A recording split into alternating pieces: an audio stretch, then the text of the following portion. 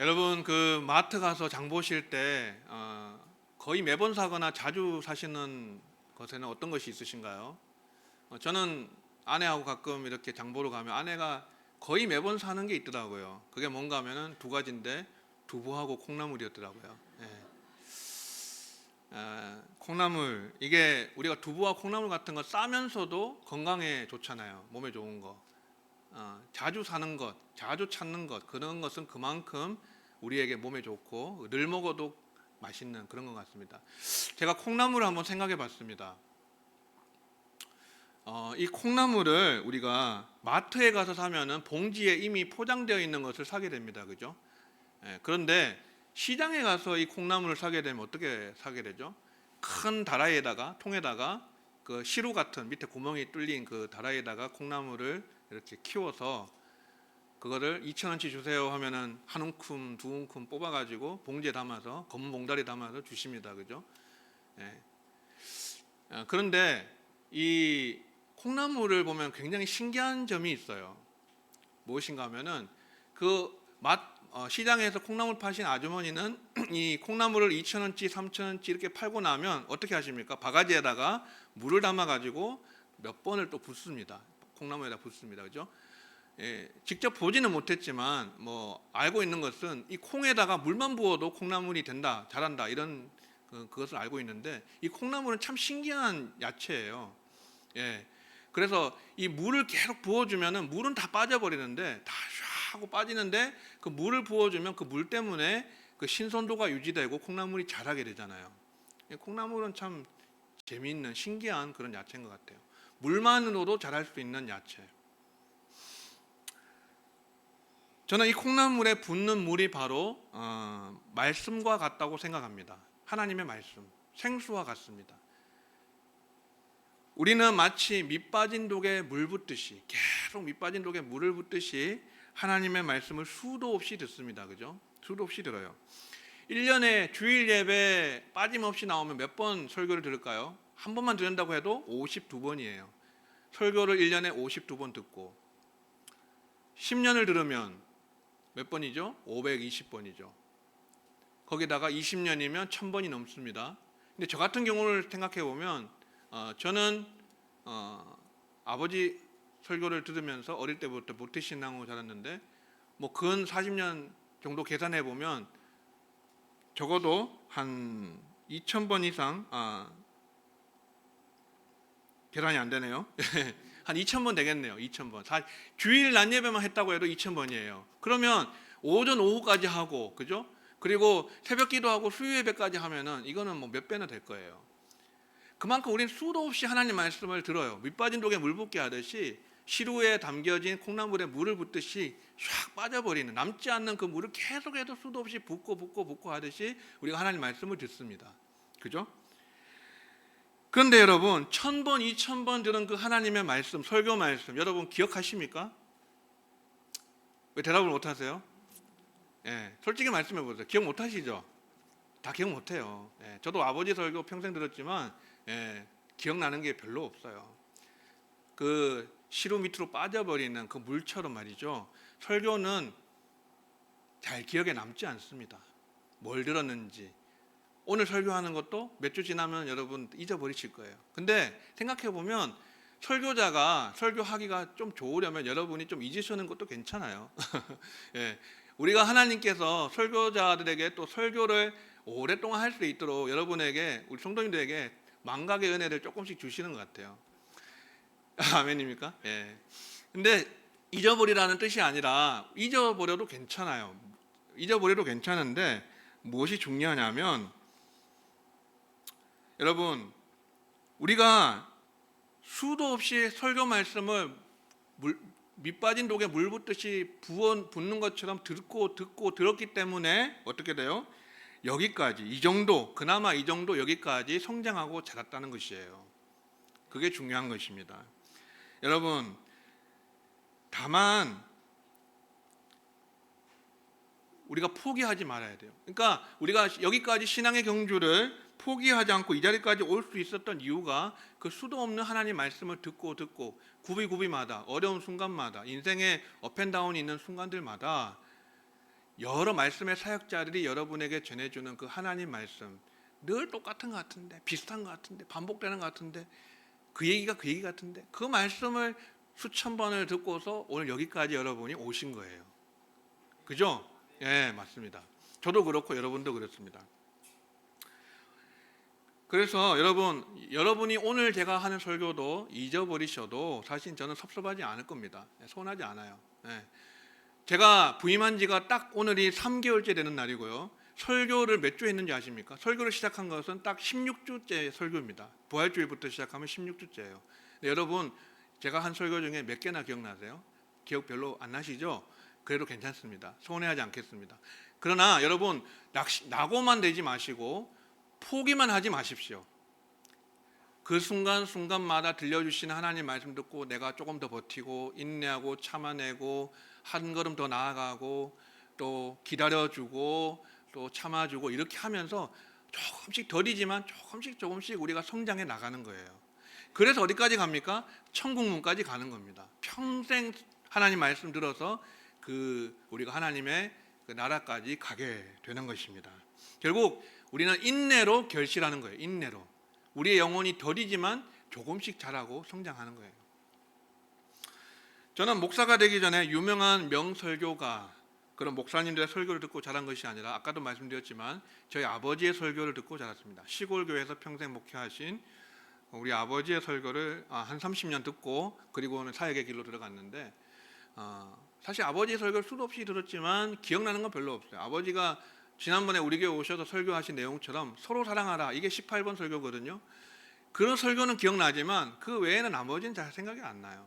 그렇게 잊어버리지만, 남아있지 않지만, 그러나 그 설교 때문에 제가 오늘의 저의 모습이 형성이 되고 제가 사역자가 되고 목사가 된 것은 그 아버지의 설교를 듣고 그만큼 성장하고 자랐기 때문입니다. 저는 바라기는 여러분들도 하나님 나라 가는 그날까지 부족하지만 말씀의 사역자로 제가 여러분에게 선포하는 그 말씀을 듣고 어려울 때마다 조금씩 이겨내고 힘든 순간마다 조금 버텨내고 한 걸음 진일보하고 그렇게 해서 천국까지 다 함께 아무도 낙오되지 않고 아무도 포기하지 않고 중도하차하지 않고 끝까지 다 손잡고 천국까지 갈 수 있는 은혜가 있으시기를 주의 이름으로 축원합니다. 이처럼 설교는 우리가 잘 기억하지 못합니다. 잘 남지 않습니다. 그러나 우리에게 남는 것이 있어요. 뭐가 남을까요? 사진은 남습니다. 남는 것은 사진이에요. 무슨 말인가 하면은 제가 아버지의 모습을 볼 때 아버지의 설교는 제가 기억하지 못하지만 제게 남아있는 아버지의 사진은 이런 것입니다. 늘 책상에 앉아서 설교 준비하시는 모습, 그건 제 사진 속에 남아있어요. 제 기억 속에 사진으로 남아있어요. 근데 겨울이 되면요, 난방비 아끼려고 그 교회든 사택이든 보일러를 떼지 않았어요. 그냥 전기장판에다가 그렇게 지냈는데, 겨울에 되면 아버지가 꼭 집에 와서 안방에서 엎드려서, 배를 깔고 엎드려서 이불을 덮고 설교 준비를 하시는 모습이 지금 제 기억에 사진에 남아 있습니다. 그거는 남아 있어요. 사진은 남아 있어요. 제게 찰칵하고 찍힌 아버지의 설교 준비하시는 모습, 책상에 앉아서든 배를 깔고 엎드려서든 그 모습은 제게 선명하게 지금도 남아 있습니다. 남는 건 사진이에요. 또 제게 남아있는 어머니의 사진은 이런 것입니다. 밤 12시가 되면 어머니는 항상 철야 기도를 하시기 위해서 두꺼운 점퍼를 입고 집을 나서는 어머니의 뒷모습, 그 모습은 사진으로 제게 찰칵하고 남아 있습니다. 아버지의 사진과 어머니의 사진은 그런 모습으로 저에게 사진으로 남아 있어요. 여러분의 부모님의 어떤 사진이 남아 있습니까? 여러분의 부모님의 어떤 사진이 여러분에게 남아 있습니까? 사실 사진은 남기는 것이 아니라 남는 것이에요. 남는 거. 내가 남길 수 있다고 남기는 것은 아닙니다. 그냥 저절로 남아지는 것이 사진입니다. 내가 어떤 모습을 남기고 싶은 것이 있지만, 그러나 실상은 나의 평소의 모습이 누군가에게 남는 거예요. 내가 생각지 않았던 때, 내가 기억하지 못했던 때 사진처럼 찰칵하고 찍혀서 남는 것입니다. 그래서 우리의 평소의 성품과 습관이 중요한 것입니다. 성품과 습관. 누군가에게는 나의 평소의 모습이 액면 그대로 여과 없이 사진으로 찰칵 남거든요. 하나님께는 24시간이 남겠죠. 우리의 24시간의 모습이 다 찰칵하고 하나님의 사진기에 다 찍혀서 남습니다. 그래서 성경은 우리에게 좋은 나무가 좋은 열매를 맺는다고 말씀합니다. 좋은 나무가 좋은 열매를 맺는다. 나쁜 나무가 나쁜 열매를 맺고 그 반대는 있을 수가 없다. 우리에게 좋은 열매가 사진으로 남아있다면 누군가에게 그것은 우리가 좋은 나무라는 것을 반증하는 것이고, 그러나 우리에게 만약에 나쁜 열매가 맺힌 것이 사진으로 남아있다면 그것은 우리가 좋은 나무라고 말하기가 어렵다는 것이죠. 그래서 하나님 앞에는 감추거나 포장하거나 속일 수가 없어요. 사람 앞에서도 그렇지만. 그래서 우리의 평소의 인격, 습관, 성품, 내가 좋은 나무가 되는 것, 그것이 너무나도 중요하다는 사실이에요. 제가 울릉도에 있을 때 가까이 지내던 목사님이 계셨습니다. 거의 대부분의 목사님과 다 잘 지냈지만 특별히 가까운 목사님이 계셨는데 제가 참 좋아하는, 존경하는 목사님이셨어요. 그런데 저에게는 남아있지 않은 사진이 같은 교단에 소속된 다른 목사님들에게는 다른 사진이 남아있더라고요. 뭔가 하면 저는 교단이 다르니까 같이 뭐 노예나 지방회를 그 목사님하고 하진 않아요. 개인적으로 만나요. 근데 다른 목사님들은 교단에서 그 지방회를 하면서 노예 같은 것을 하면서 같이 만나고 회의를 하잖아요.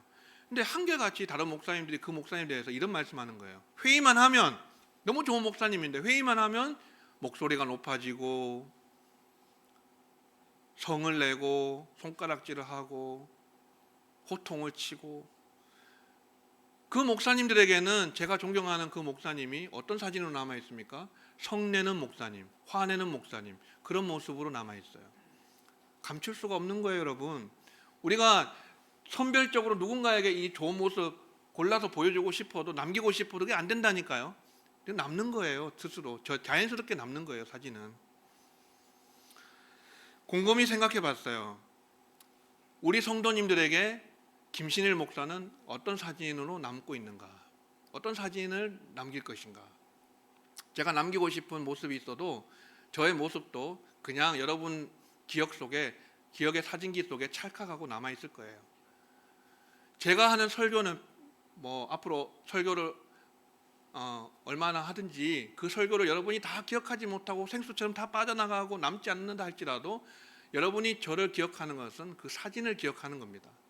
그래서 제가 생각해 보니까 목회에 있어서 가장 중요한 게 뭔가 생각해 보니까 아무래도 설교인 것 같아요. 왜냐하면 영혼을 살리는 것은 말씀이거든요. 말씀이 영혼을 살리기 때문에 생수처럼 말이죠. 살리는 것은 말씀이기 때문에 말씀이 가장 중요해요. 설교가 가장 중요해요. 근데 설교가 사실은, 그러나 제가 기대하는 것만큼 여러분에게 남아있지 않아요. 하지만 제가 열심히 설교 준비하는 모습 찰칵하고 남겠죠. 그리고 제가 열심히 여러분을 만약에 만나고 신방하는 모습 여러분에게 찰칵하고 남을 것 같습니다. 그리고 또 열심히 겸손하게 섬기는 모습이 있다면 찰칵하고 여러분의 기억의 사진 속에 남아있을 겁니다. 저에게 있는 여러분의 사진은 이런 거예요. 아침 일찍 새벽 기도 나오셔서 마치고 집에 가지 않고 주방에서, 교회 주방에서 또 음식을 준비하고 열심히 주방 일을 하시는 모습 찰칵하고 남죠. 쓰레기 분리수거하는 모습, 열심히 교회 봉사하는 모습, 찬양대 하기 위해서 아침 일찍 오셔서 또 가운 입고 열심히 연습하시는 모습, 교회에서 여러 가지 섬기시는, 또 청소하시는 모습, 이런 모습들이 저에게 사진으로 남습니다. 여러분은 어떤 사진을 남기고 싶으십니까? 여러분은 지금 누군가에게 어떤 사진을 남기고 계십니까? 여러분, 오늘 서론이 좀 길었습니다. 근데 이제 본문의 이야기를 하겠습니다. 본문 이야기를 들으시면 오늘 왜 서론을 이렇게 길게 했는지 아실 거예요. 오늘 이야기는 여러분이 잘 아시는 음행하다가 현장에서 잡힌 가늠한 그 여인의 이야기입니다. 예수님이 가늠하다가 현장에서 잡힌 여인을 용서하시는 이야기예요. 너무나 잘 아는 이야기죠. 예수님을 정말로 미워했던 종교 지도자들, 유대교회 종교 지도자들, 그들이 예수님을 너무 미워해서 죽이려고 했습니다. 그래서 고발할 조건을 찾으려고 했습니다. 그래서 예수님을 올무에 걸어서 고발하려고 아마 꾸민 것 같습니다.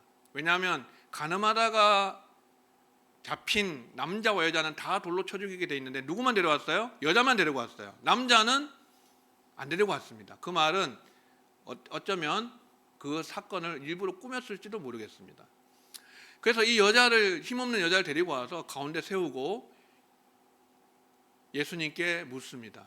선생이여, 모세 율법에는 이러한 자를 돌로 치라고 했는데 당신은, 선생은 뭐라고 말하겠습니까? 시험하려고 물어보는 것입니다. 예수님 만약에 돌로 치라고 말씀하시면 어떻게 됩니까? 평소에 죄인을 사랑하신다는 예수님이 사람을 죽이는데 동조했기 때문에 거짓 사랑의 사기꾼이라고 말하겠죠. 봐라, 저 예수라는 사람 사랑의 선생이라고 말했지만 사람을 죽이라고 하지 않았느냐. 그 사랑이 없는 거짓, 가짜 그런 사기꾼이다, 이렇게 말할 거죠. 반대로 죽이지 말라고 하면은 모세 율법을 거스르는 거예요. 모세 율법에는 가늠한 남자와 여자는 다 죽이게 돼 있잖아요. 그러니까 이러지도 저러지도 못한 애매한 상황을 만들어서 예수님께 지금 상황을 가지고 이끌어온 것입니다. 그때 예수님께서 어떻게 하시죠? 말을 하시지 않습니다. 입으로 말씀하시는 게 아니라 뭘로 말씀해요? 손가락으로 말씀하세요. 땅에 엎드려서 앉아서 뭔가를 쓰십니다. 무슨 내용을 쓰셨는지는 요한이 기록하지 않아서 우리가 알 수 없습니다. 계속 쓰시니까 이 사람들이, 군중들이 계속 예수님께 똑같은 질문을 계속 하는 거예요. 마다하지 않습니다. 그러니까 예수님이 일어나셔서 뭐라고 말씀하시죠? 너희 중에 죄 없는 자가 먼저 돌로 치라. 그리고는 다시 땅에다가 쓰십니다. 그래서 군중들이 하나둘씩 양심의 가책을 느껴서 노인들로부터 젊은이까지 다 하나씩 돌을 땅에 내려놓고 그렇게 그 현장을 빠져나갑니다. 다 빠져나가고 예수님과 여인만 남았습니다. 여자여, 여자여, 너를 고발하는 자가 어디 있느냐? 없나이다. 너를 정죄한 자가 어디 있느냐? 없습니다. 그러니까 예수님께서 이렇게 말씀하시죠. 나도 너를 정죄하지 아니하노니 다시는 가서 죄를 범하지 말라. 이게 오늘 말씀의 줄거리예요. 여러분, 이 오늘 말씀 속에서, 이 이야기 속에서 생수는 무엇일까요? 한번 생수가 뭔지 한번 생각해 보십시오. 생수는 예수님이 하신 말씀이 생수입니다. 7절에 있습니다. 두 가지인데 7절에 먼저 보시면 너희 중에 죄 없는 자가 먼저 돌로 치라. 이 말씀이 예수님이 오늘 우리에게 주시는 생수와도 같은 말씀입니다. 이 말씀이 우리를 살리는 거거든요. 이 여인도 살렸고 2000년 동안 이 성경 이야기를 읽은 성도들도 살렸고 오늘 이 이야기를 읽는 우리들도 살리고 있는 게 이 말씀이에요. 두 번째는요, 11절에 있죠. 나도 너를 정죄하지 아니하노니 가서 다시는 죄를 범하지 말라. 예수님은 음행하다가 잡힌 여인도 용서해 주시는 용서의 자비의 주님이시다라는 것이죠. 이 말씀이 우리에게 생수예요. 살리는 거예요. 우리를 살리는 거예요. 우리도 살리고 2000년 기독교 역사 가운데 수많은 영혼들을 진리의 길로 이끌었던, 살렸던 말씀이고, 또 가장 먼저는 이 주인공 여자를 살린 말씀이 바로 이 말씀입니다. 생수와도 같은 말씀입니다. 그러면 오늘 본문 속에서 여러분, 사진은 무엇일까요? 특별히 이 여자의 눈에 찍힌 예수님의 사진은 어떤 사진일까요? 저는 이 이야기를 제가 상상해 보면서 여인의 기억의 사진 속에 담겨진 예수님의 사진은, 모습은 어떤 것일까 생각해 보니까 첫 번째는 예수님께서 이 여자와 군중 사이에 서 계신 예수님의 뒷모습입니다.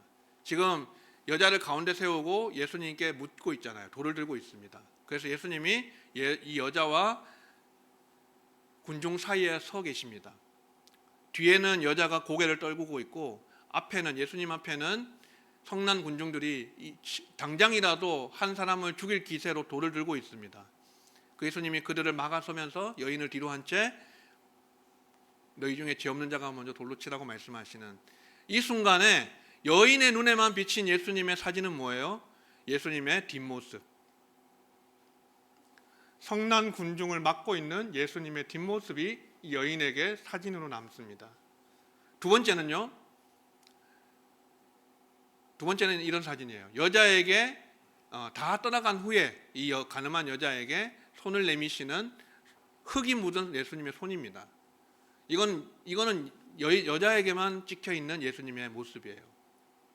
예수님이 손가락으로 땅에 쓰시는 모습은 모든 사람이 다 봤기 때문에 이 여자에게만 특별한 사진은 아닙니다. 그죠?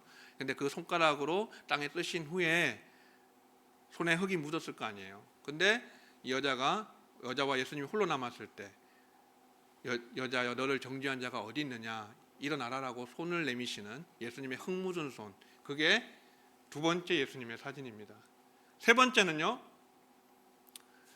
예수님께서 여인에게 말씀하시면서 질문하시고 말씀하실 때 여자가 예수님을 바라볼 때 그 여자를 바라보시는 예수님의 따스하고 자비롭고 용서하시는 그 눈빛, 그것이 여자에게 사진으로 남는 것입니다.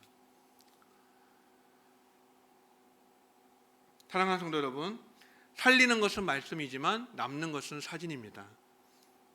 우리가 한평생 살면서 어떤 사진을 남길 수 있을까요? 어떤 사진을 남기고 싶으십니까? 오늘 제목이 사랑을 남기는 인생이 아니라 뭡니까? 사랑이 남는 인생입니다. 우리말에 아다르고 어다르다는 말이 있죠. 예. 사랑을 남기는 것이 아니라 사랑이 남는 인생이라고 했는 이유는 우리가 사랑을 남기고 싶어도 사진으로 남기고 싶어도 잘 안 된다는 것입니다. 내 뜻대로 안 되는 것이에요. 남는 것이기 때문에. 저는 제 삶을 바라보는 누군가의 눈에 또 특별히 성도님들의 눈에 저의 모습이, 저의 남는 사진이 사랑의 사진이기를 바랍니다. 사랑이 남았으면 좋겠어요. 그리고 여러분의 삶에도 누군가의 눈에 사랑이 남는 인생이 되시기를 바랍니다. 우리의 인생이 이렇게 예수님처럼 사랑과 용서, 사랑이 남고 용서가 남는 그런 모습으로 누군가의 눈에 사진으로 남는다면 얼마나 좋겠습니까? 사랑하는 성도 여러분, 그러면 우리가 어떻게 사랑을 남기는 삶을 살 수 있을까? 어떻게 사랑의 사진을 남길 수 있을까? 우리는 어떻게 하든지 하나님 말씀을 많이 들어야 하는 것입니다. 왜냐하면 말씀을 들으면 살게 되기 때문입니다. 하나님 말씀이 생수와 같아서 그 말씀을 들으면 오늘 살 힘이 생기고 한 주를 버틸 힘이 생깁니다. 그리고 내 영혼이 말씀을 듣고 살면 어떻게 됩니까? 사라지게 됩니다. 내 영혼이 살아야, 말씀 듣고 살아야 사라지는 삶을 사라지는 것입니다. 사랑의 삶이 사라지는 것이죠. 오늘도 이 메시지를 듣고 여러분이 짧은 시간일 수 있지만 하루일 수 있고 일주일일 수 있지만 또 내가 사랑의 삶을 살아야 되겠다, 사진을 남겨야 되겠다는 도전을 받지 않습니까? 그러면 또 우리가 사라지는 것이에요. 그러면 우리는 사랑의 삶을 살 수 있고 사랑을 남길 수가 있게 되는 것입니다. 여러분, 지금 여러분 바로 곁에 계신 분 있잖아요. 멀리서 사랑하고 용서하려고 하지 마세요. 제발 부탁드립니다.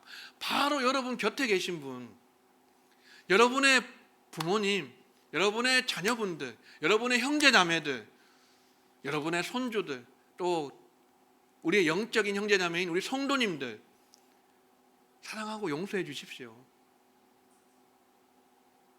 좀 잘못하고 허물져도 품어주세요. 그게 예수님의 삶을 따라가는 거잖아요. 누군가의 눈에는 내 모습이 어떤 모습으로 남아있느냐, 혼내고 손가락질하고 비판하고 정죄하고 이런 모습은 남아있으면 안 되잖아요. 여러분, 이 세상에서 천하 우주 만물 속에, 이 우주 공간 속에 유일하게 정죄하실 수 있는 분은 예수님 한 분밖에 없습니다. 왜냐하면 그분은 심판 주시기 때문에. 그러나 그 예수님도 나도 너를 정죄하지 않는다고 말씀하셨습니다. 그런데 하물며 인간인 우리가 어떻게 사람을 정죄하고 비판할 수 있습니까? 여러분, 무조건 사랑하고 용서하세요. 가장 가까이 있는 여러분의 형제 자매들, 이웃들, 성도들 좀 부족하고 좀 내 마음에 들지 않고 좀 잘못한 게 있어도 용서하고 품어주세요. 그 모습이 남는 거예요, 여러분. 그 사진이 남는 거예요. 사랑과 용서가 남는 것입니다. 사랑하는 성도 여러분, 말씀 뵙겠습니다. 그런데 제가 여러분 오늘 이렇게 여러분에게 부탁의 말씀을 드려도 사실 잘 되지 않습니다. 우리 잘 변하지 않습니다. 그래서 수천 번, 수만 번 하나님 말씀을 들어야 돼요. 말씀이 밑빠진 독에 물붓기가 되어서 생수같이 唰 하고 내려가고 남지 않는 것 같지만 그 말씀을 우리가 들었기 때문에 한 번, 두 번, 세 번, 네 번 계속 듣기 때문에 그 말씀이 쌓이고 쌓여서 밑빠진 독에 물붓기가 결국 사람을 변화시키는 겁니다. 사랑하는 성도 여러분, 제가 눈물로 호소합니다. 여러분, 사랑하고 용서하십시오. 예수님처럼 사랑하시고 예수님처럼 용서하십시오. 그게 우리가 가장 남길 수 있는 가장 위대한 사진이에요. 우리 인생에서 남길 수 있는 가장 위대한 사진이 바로 그런 것입니다. 오늘 이 말씀을 듣고 한 주간도 말씀이 생수가 되어서 우리를 살리고 그 말씀을 붙들고 살아내기 위해서 몸부림치면서 그렇게 한 주간도 사랑을 남기고 또 용서를 남기시는 우리 복된 성도님들 되시기를 주의 이름으로 축원합니다.